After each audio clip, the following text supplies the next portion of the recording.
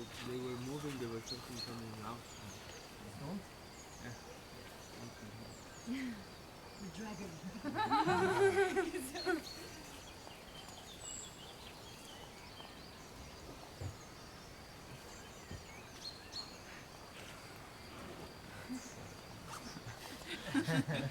I like this.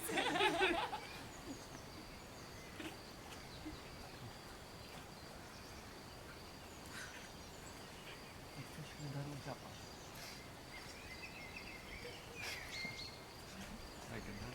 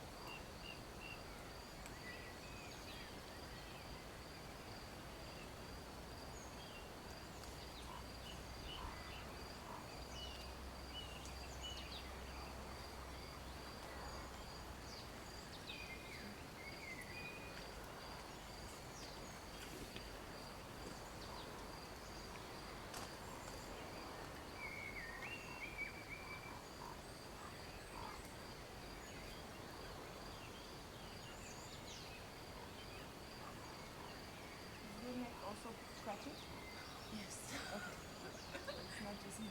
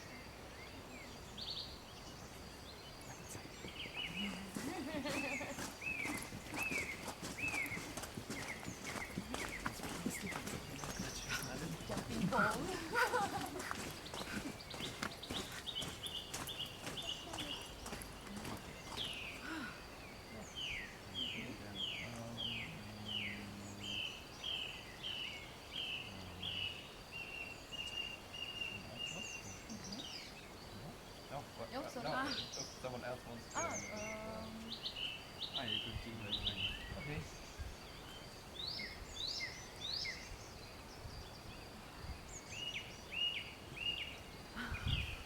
Coming out.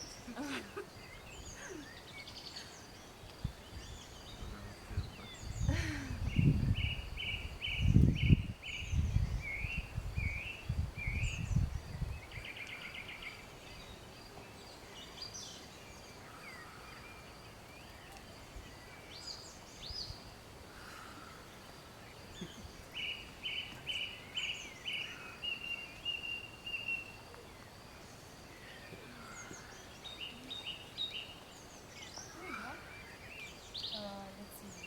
Can you do this? And stretch and try to breathe.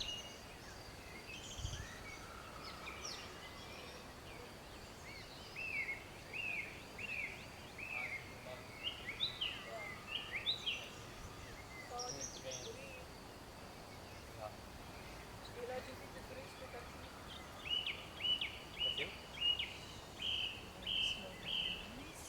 And try the other. Pull down.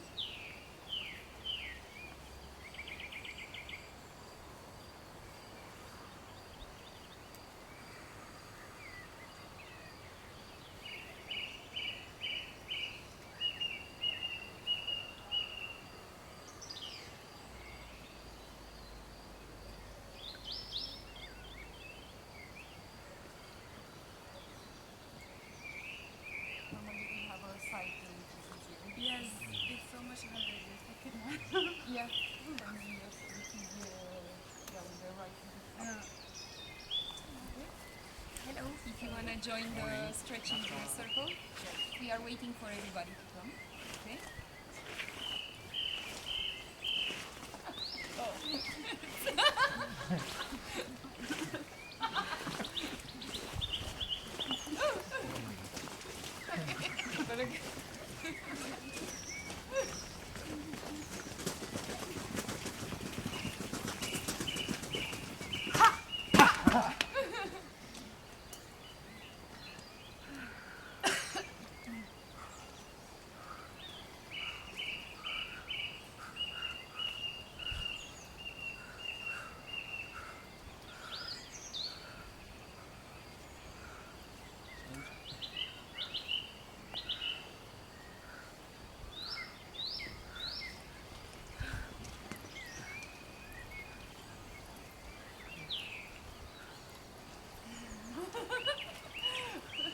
We're gonna fly away. With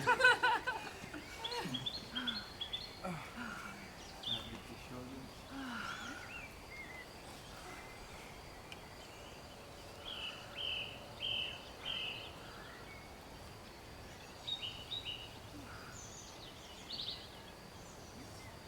We focus on energizing with the vowels, so A, E, I, O, U, and we hit all.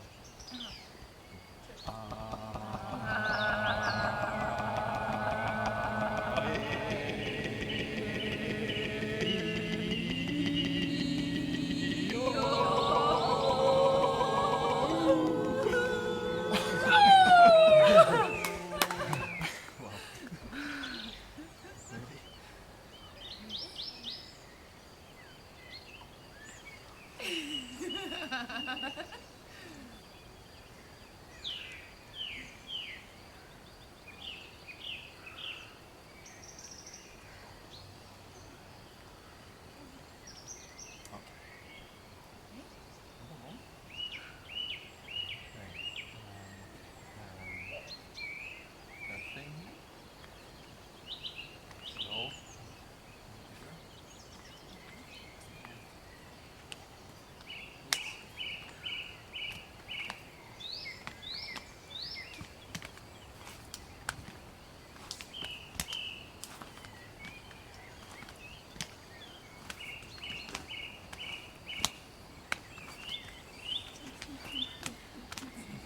Modulation. Super. Hey, Clack, clack. become smaller.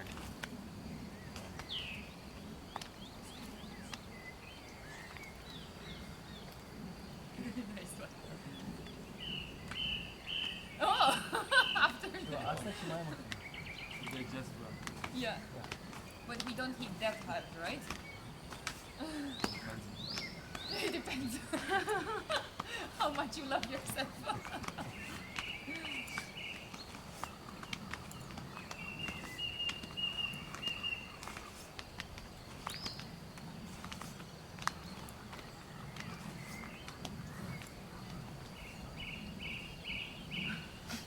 Ah.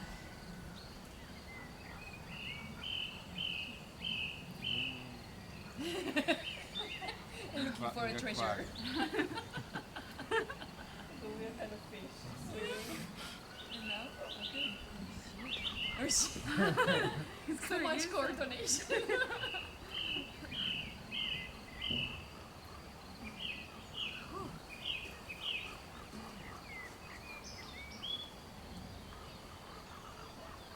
Where is my...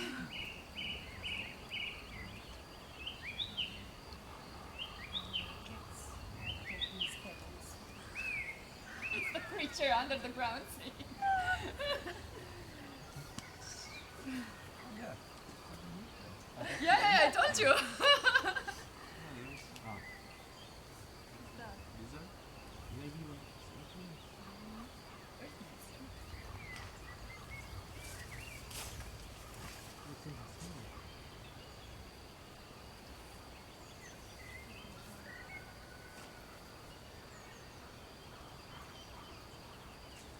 Ah, it's not good.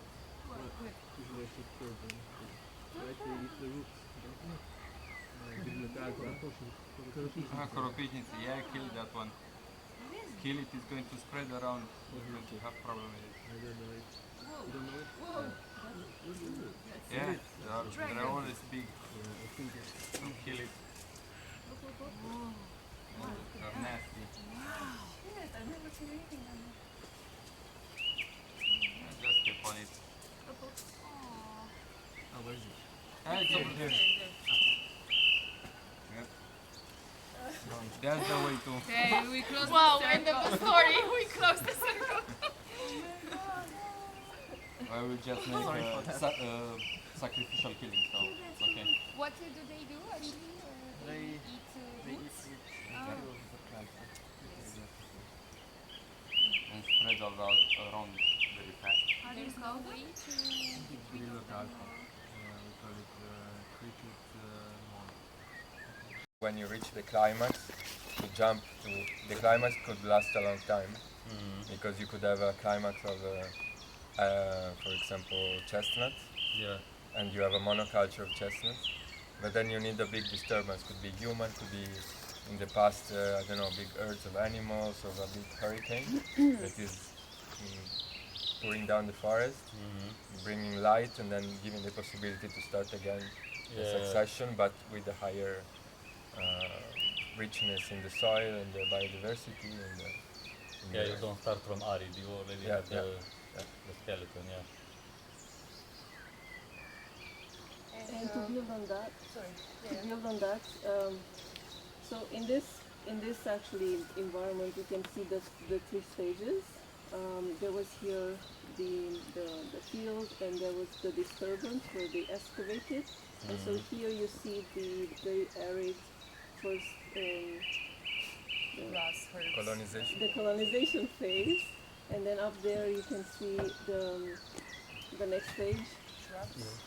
Yeah, the shrubs, and then you can see farther last down. row. The last Yeah. row, it's the giant. abundance. Yeah, and you can just see the type of grass here is different than there, because this one is. Actually, guess- that's quite a nice visualization for it. Yeah. And it's So, like- interesting to observe that in every of these environments or scenarios, we have different stratification. So also here we have like the plant that is it's more like a deep-rooted plant. Then we have the fasciculated rooted plant, the ones that are going higher. And it's the same as this one, so there is a nice biodiversity already here. And we can see the same in every stage. Also with the trees, how the forest is, even if there are very big trees, they can grow very close together. One is above, the other below. So It's really about starting from observation and So you can reproduce reproduce. It's the same nature's work. principle of permaculture as it was already in the food forest. I don't know if you're familiar with that. Yeah. And Syntropic also is very similar. Maybe added a bit more the fourth element of time. So not just keeping into consideration the stratification as it was in the permaculture food forest, but also to see that there are more stages, and you could plant 1, 2, 3, all these 3 stages at the same time. Okay. In order, because of course when we plant that tree that we want, that is gonna grow here, if we leave it like this, it's gonna grow here in 200 years. We plant it now, and we are trying to give this condition, that condition, and for the final condition, but all in the same place. Ah, okay. So we are putting all the 3 stages in the same place, and also here probably there are already seeds of that tree here inside if we leave it like this. But if we leave nature doing it, it's gonna take much more time. So we are kind of speeding up the process. So of course here we put some manure, we put also trees to be grafted. So we so we don't don't need have time 200 to years wait to- 200 years. Yeah. So we try to speed up, and today we are gonna talk also about how we can speed up the process. So this disturbance that we were talking about yesterday, that normally is provided by big animals, by natural events. The human can be the one who is providing the disturbance that is going to accelerate all these processes in order to arrive sooner to that stage where we want. But also we are putting trees that we are eating most of them. So Yeah. of course maybe we want also for wood, so there could be different needs. And in this case we have a lot of forest and there is abundance of wood, and we want to plant trees that have producing fruits. Okay. But what does syntropic mean? It sounds really fancy. It was it was the first thing I talked about, so maybe somebody can answer this question. What does syntropy means? You remember? That's what Can I try again? Probably I'm going to fail, but you can leave me alone. Okay, so Don't start like that. yeah, I just want to set the stage. Okay, so if I understood it correctly, it was working with entropy and It's the contrary of entropy. yeah, exactly, because one is the spread of energy and the other one is the accumulation of energy. So here, for better results and faster yields, you need to concentrate energy or to observe where the energy is concentrated and use those points in your advantage. Okay. And the graphic example for that was imagine like two small hills. Yeah. So where do you imagine that the most energy you're going to find? I'm going to give you the example because it's harder without seeing it. So it's in the valley between those two. Makes sense. You have the water, you have everything there. Exactly. So the water comes with the nutrients and everything is there. Yeah. So that can be also applied in smaller scale. For example, when you're trying to dig a small beach, Yeah. and maybe you want to plant there because there's not a lot of rain in your area. Or in another example, if it's too much rain, then you want to put a plant on top of the hill. Thank you. So it won't get rotten. Okay. The water. That's my take on it. Yeah. So in general, those are terms that come from physics. Entropy means dispersion of energy, and syntropy means concentrate of energy. So syntropic agriculture has the aim to concentrate the energy in a certain point. That's why we use mostly rows. Okay. And with the aim in the near future not to have any input from outside, so not to bring any manure, not to bring any more organic material, because everything is produced, everything is concentrated in the place. So in the same row we have both the focus plants, the one that will produce our food or other goods that we want, and also the plants, so-called support or biomass species that are going to produce the biomass and the fertility, the biomass that will be transformed into fertility for the system. Okay. So that's what we're going to do. That's something I forgot to ask yesterday. So usually there's always a disturbance coming to refresh the system. So in this case of planting a syntropic system, will the disturbance cutting down some of the elements for producing? Yeah, this will be mostly the topic of today. Okay. How to manage the biomass species, how to manage the organic matter that is produced, and we're gonna talk about also propagation of plants, of this, especially of these species, and pruning. And, but to finish for yesterday, what else do you remember? Other important points? I remember you made a comparison between permaculture and syntropy, and the first one requires low management, let's say. Let's say the permaculture food forest, the food forest. Whereas syntropy needs more time and management. And for permaculture, you said that mostly for the first year you just observe and take notes, let's say, about the cardinal points, precipitation, sun exposure, soil analysis, and so on. And I guess, it takes more years for the syntropic part. Not necessarily. So in general, observation is a good starting point for everything you want to do on the landscape. And as we said, there are different parameters to keep into account. The food forest, the classical English forest garden food forest has more the vision of a low maintenance. So you're trying to create, is the same aim also of syntropic, so to create a balanced ecosystem. But in syntropic you are planting a bit more densely, and then you go manage this density. So you will have maybe plants that at a certain point they intertwine between each other, and at that point you have to choose which one you want to favor to grow. And so you're gonna keep, and normally is your focus plant that you're gonna keep, and then you're gonna chop and drop. So this term chop and drop was already present anyway in the food forest. And then today we're gonna see how to manage this biomass.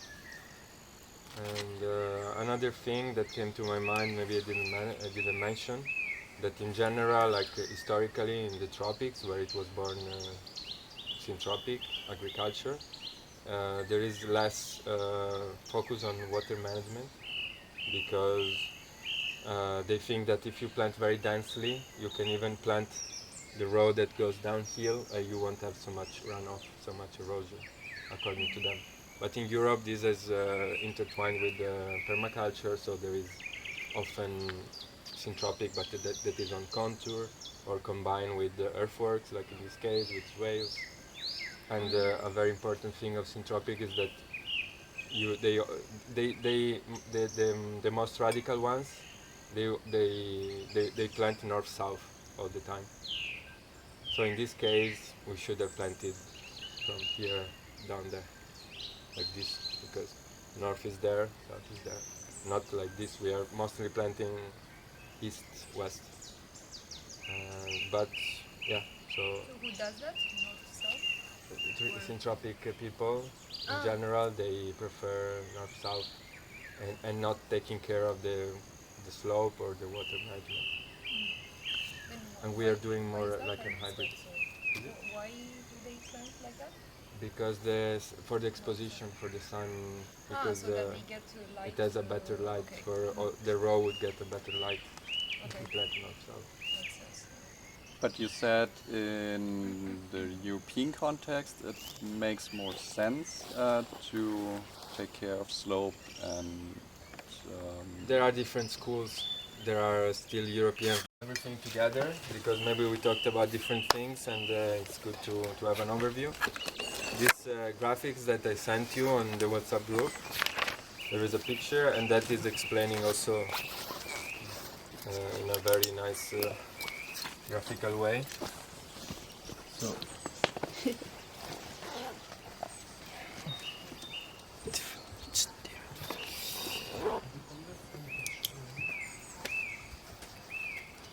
something?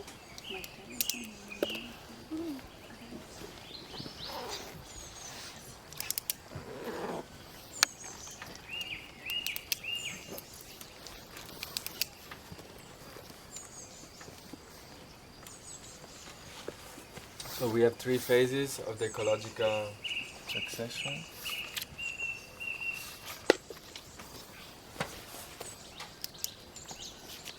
Inside these 3 phases, we have all the type of plants. So we will start with placenta, then secondary, and climax. This cycle can repeat itself indefinitely until we reach a certain point of richness in the system that permits to shift to this, or a disturbance that will permit to shift to this other system, and then this pattern will reproduce itself again, also here, and the same will be here. With placenta, secondary and climax, you will see in the plant list that I sent you. For placenta we mean mostly the plants like herbaceous, annual and plants. With secondary we go towards the perennials and shrubs and small trees. And with climax is the trees that live more time. So this is the fourth dimension we're talking about. So it's time. The plants here are classified according to how long they live. And this is a classification according to the type of system the plants can live. So in the colonization phase we will have very strong pioneer plants that can live in a very poor environment. In the accumulation phase we will have plants that are a bit more adapted to a better condition. And in the abundance we will have only, let's say, our tomatoes, our peppers, all the things that we eat, all the fruit trees, they are part of the abundance because they need very good conditions. When we make an orchard, we have grafted plants that are very delicate. We have the tomatoes, cucumbers, pumpkin. So these are all, most of the times what we do is that we plant abundance plants in a colonization soil. Okay. So where the soil is not ready, and that's for Syntropic practitioner, that is the reason why we have diseases, pests, too many slugs, or failure in general. And of course there are ways, we have a, let's say, shortcut to get from colonization to abundance. So we add a lot of manure, we till very deeply the soil, so we try to, of course, to speed up the process. And many times we create a disbalance in the system. So we put too much manure and then we have a lot of aphids that come to the plant and is eating the plant because it contains too many sugars. And also there isn't enough fungi domination in the soil, because we said that here we start from a very bacterial soil and we go into a more fungi dominant soil in the abundance. And So I have a practical question. So Fabian and I were talking about his tomatoes, and he said that there were always like these nasty weeds that they couldn't get rid of. So is it because they were planted in a wrong soil, or like? Yeah, the soil is not ready. Still in the colonization, you have very hardy colonizer plants that are difficult to eradicate. So once you manage to increase the organic matter and the fertility of your soil, you will have less of these kind of weeds. So maybe the first thing we can do is to use mulch. So maybe to create a disturbance and then to put the mulch on top. In this way you are already increasing, because the mulch is gonna degrade, so it's gonna make the soil better. Okay. And also you can use maybe regenerative agriculture treatments, like the one we said, to take the microorganisms from the forest. Or you can do also a very simple one that is called the lactic acid bacteria, that you just take the starch. You put some rice in the water, you mix it, then you filter it. You take this water, you leave it a couple of days. There are videos on. It's called Lab. You can find videos on how to make it on YouTube. So you leave this water with the starch of the rice for 2 days, and then with a syringe you take the middle part of this water and you inoculate into 1 liter of all milk. All milk? Then you leave it 2 days again, and you're gonna create the separation between the how it's called, siero? Zer. Zer, Yeah, we know in Romania what you mean. Whey, I think. I don't know in English. The whey and the fat. Yeah. So the transparent part of the milk and the fat part, and the fat part you can eat. Actually, it's like ricotta. It's sour. And the lactic acid, you can that water you can mix it 1 to 1,000. So the proportion is 1 part on 1,000. So on 1 liter, so 1,000 milliliter, you have 1 milliliter of this. So it's really a little.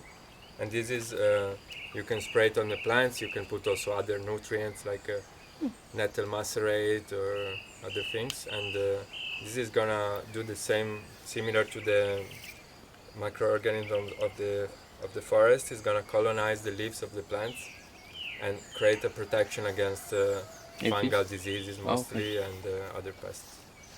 Okay, good to know.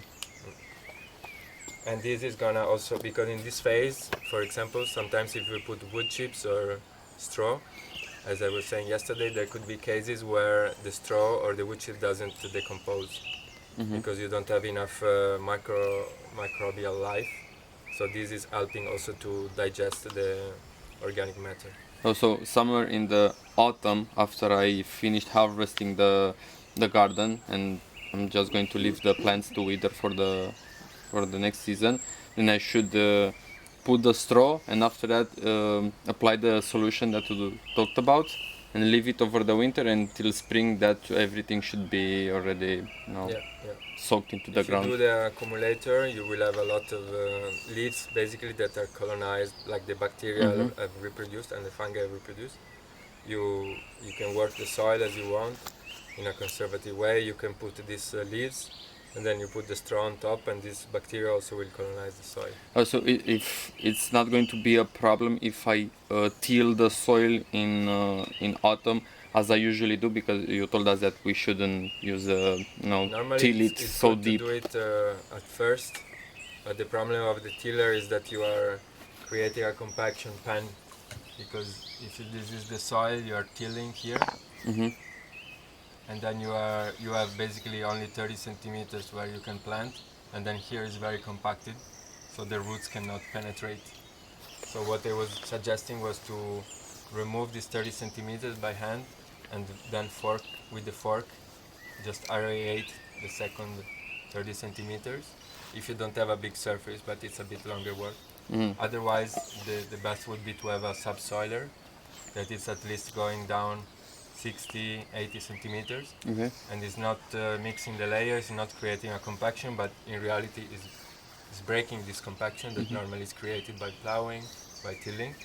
And so you just rip the soil like this. This is seen from above, and then here there are specific shape that is really breaking the soil and not creating compaction. Of course, it's important to do it also when the soil is at its right humidity. So not too humid and not too dry. Okay. When you touch the soil in general, never touch it especially a clay soil, never touch it when it's too wet, because you're gonna create a lot of compaction.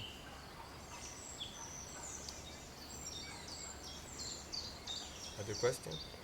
I've got a general question for clarification. Like, then, did I understand correctly that the big difference between a forest garden and a syntropic system is also the yield? So the yield per square meter is a lot higher in a syntropic system. Theoretically it is. Okay. Because you put more work in it. It's difficult to compare. Okay. Theoretically, the yields in syntropic are extremely high. Okay. Not always the case. You see. So just to conclude Depends this on the this part, so as you see, we have 1, 2, and then there is a third classification that goes to this one. So for every, let's say this is the main scenario where we find itself. These are all the different plants that are present in the scenario. So we have annual plants, shrubs, and trees in the same time.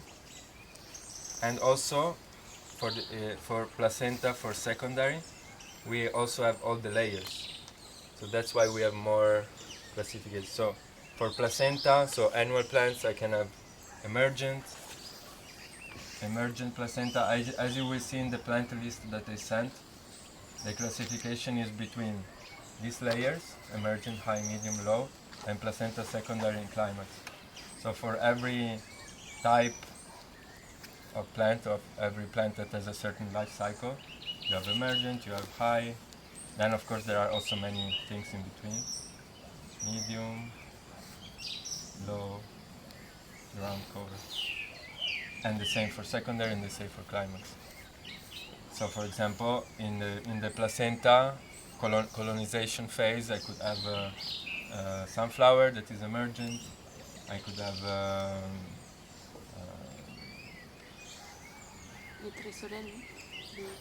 yeah, but in this case it's plants that are a bit, it's like an onion wants quite a lot of sunflower, onion, garlic, low could be rocket, or strawberry, all these plants are part of the abundance. Rocket and clover. So these plants are plants that grow in a very poor environment. So these are the kind of, let's say, colonizer. But then if we go to abundance, we can have hemp. No, hemp is also quite a colonizer, but we can have other plants that are emergent, other plants that are high, other plants that are medium. Like tomatoes are high, and pumpkin is medium, and salad is low. Here we're talking about most of the plants we eat. Here are some more hardy plants. For the secondary we have ailanto that is emergent. Then we have the robinia that is high. Then we have the cornus that is medium, and the hawthorn that is low. All these are mostly plants that we find in the forest normally, and these are mostly plants that we cultivate ourselves. So you will have as an emergent, we will have the grafted cherry, the grafted chestnut. As an high, you will have the grafted apple, and then the grafted peach, and then. Is it clear for you the difference? But the wild peach and the wild apple, maybe we put it in here. Okay. So here you have mostly the invasive ones that you don't want in your garden, but they are useful if you start from a colonization phase, like here. How can I plant a tomato here? I need some time. I need some plants that are. I need to wait, no? So these are the colonizers that are gonna create the condition for plants that need a better environment here, and again for plants that need an even better environment here. And again, the emergent, this classification is not related to how much a plant is high, like how tall it is, but more how much light it needs. So emergent plant needs 80% of light, and we're gonna put a 20% density in the system. So most of the system have, for example, a Paulonia. We didn't put here because we already have a lot of high plants there. So we didn't include the emergent layer here, but it could be in many systems. In Syntropic system, I also have other systems that I designed. You have maybe a Paulonia here, or maybe what else? Eucalyptus is used a lot in Greece. In our climates, it's more like walnut, cherry, chestnuts. Those plants. I've got another question. So in this case, somehow we jump to the abundance phase. Is that correct? When you set it up, or here we are, I think we are in accumulation, accumulation? in the sense that it was already in the accumulation. Mm-hmm.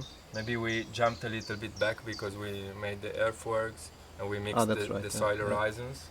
So I think we have to start again with but there is already a good presence of organic matter, Mhm. a good presence of microbial life. I think is gonna, and the fact that it's pretty humid. So the presence of humidity is also speeding up the process. In Mediterranean climates, the processes are much slower. Okay, but Because for example we are skipping one season. So in the summer we are not continuing the ecological succession. Everything blocks. While in this temperate, it's true that we are a bit blocked more in the winter, but and perennials. comfrey that you can cut it and they sprout Yeah, again.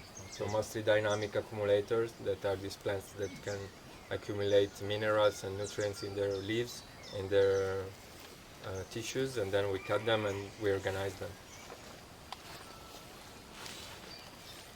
So, what about the support species? What are the support species in this design? And the ones I just said, Oh, sorry. willows, elderberry, comfrey. Okay. Note 2. Assieds-toi.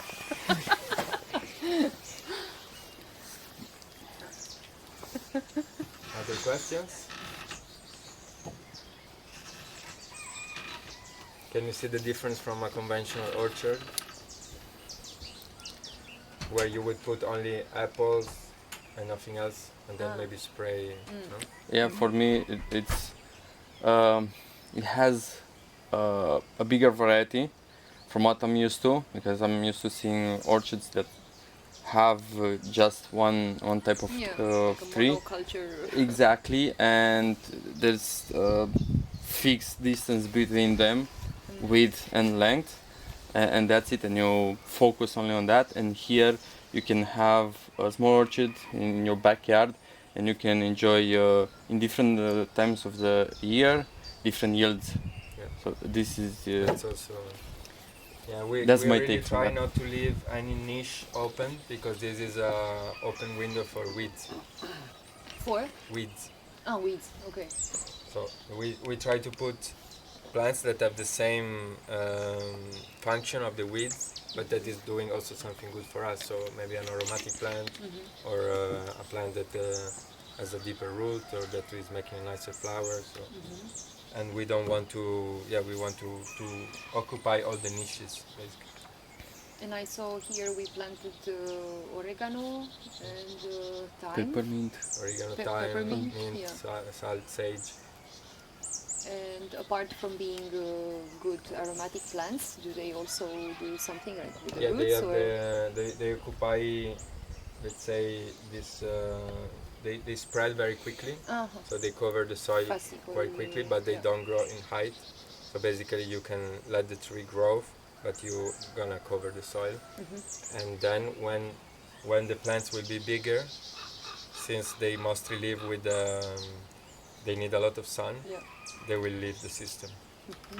And then we will have the system occupied more by the berries and the shrubs and the trees. So that's also why we design in time. At first we need plants that are creating a ground cover, and we would think that they are low layer, but truly the sage and the lavender and the thyme, they are high. Thyme maybe not, but rosemary, they are high or emergent layer, because they need a lot of sun to survive. But they are part of the secondary layer. So basically, we could take all these plants and place them in the different, both colonization, accumulation, abundance, or placenta secondary climax, and then emergent high. So there is a intertwining of classification that creates a bit of confusion. Could we do it, or is it too long? Maybe later, if we have time. And is there a place where we can find all these plants and where they fit in? Yeah, I put on the Okay. WhatsApp group, but normally it's always a simplification, because it's difficult to classify everything, because then you have to, there are too many plants, and especially in our climate, we can simplify a little bit, otherwise it becomes very complicated. So normally you talk about only colonization and abundance, and and then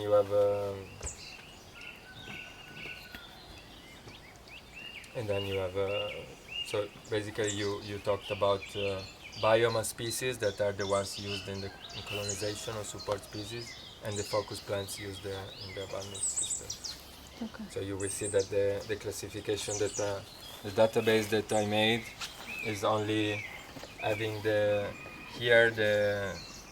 placenta secondary and climax, and here the emergent low, high, medium, low.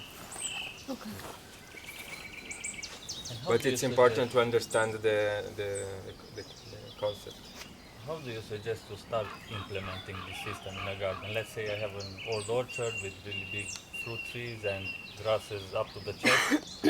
What's the first thing you do? You have to clean everything, take all the roots out, or you start cutting the grass and work with that? Or do you want to remove these trees, or do you want to... The trees, now I started cleaning them, see which one is healthy, which one is not, and starting reducing their height a bit so they can give new shoots.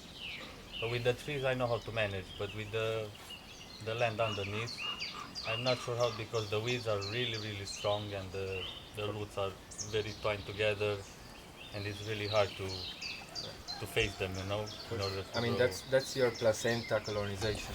Exactly. So you have to make use of it. So you can cut it and keep accumulating on the 3 rows.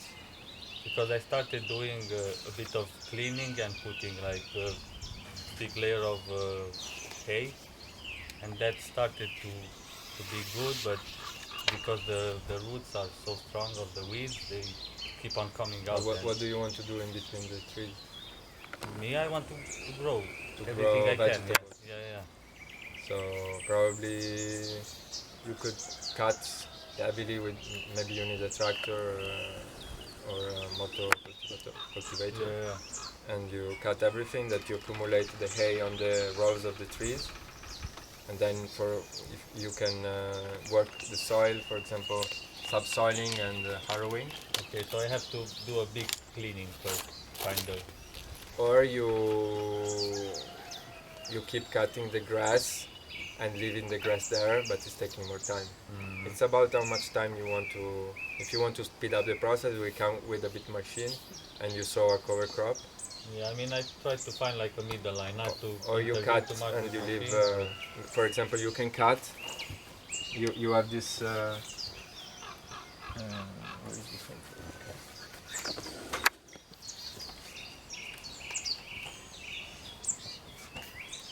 You have the 3 rows here, right?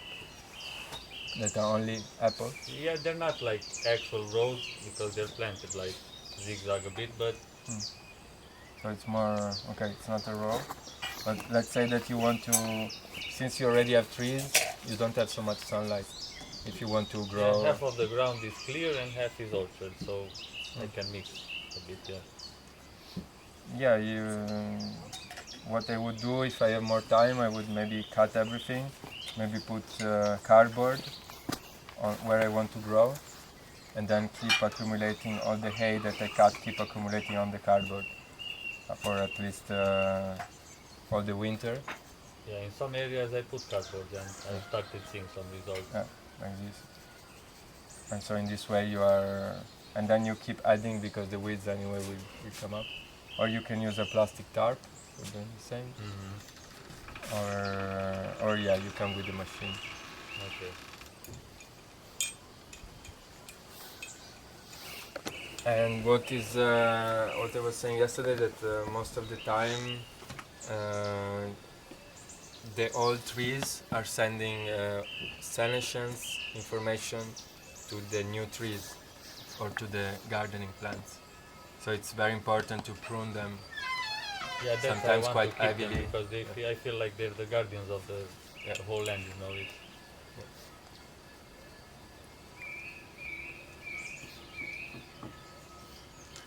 I think I found my question about the support species. do support species, their only use is for biomass? Yeah, but sometimes they can have collateral effects that you can harvest some aromatic plants or maybe some mulberry berry. But you don't want it to flower, no? Yeah, So- in general you don't. So it's only for biomass. And the Or- rosemary you can use it also without, or Yeah. the sage you can use it also without flower. Yeah. So. Or also even the mulberry, as we said yesterday, you can harvest the leaves. I mean, you prune it, you take the leaves, and you give it to the animals, so they can have. But the fact is that we want to prune them and then put them on the ground because this is fertilizing the soil.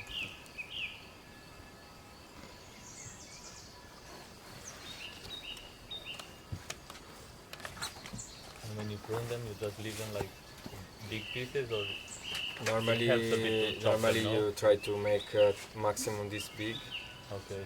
Maybe the bigger ones you use for burning, and then the ones this you can start accumulating. For example, if you have a syntropic row like this that we are here, you put the logs at first, or like this. But what I was saying is that in this climate, there is the risk of having too many slugs that are there. But normally the logs have to be on the ground, as I said yesterday. Then you can put smaller branches. Then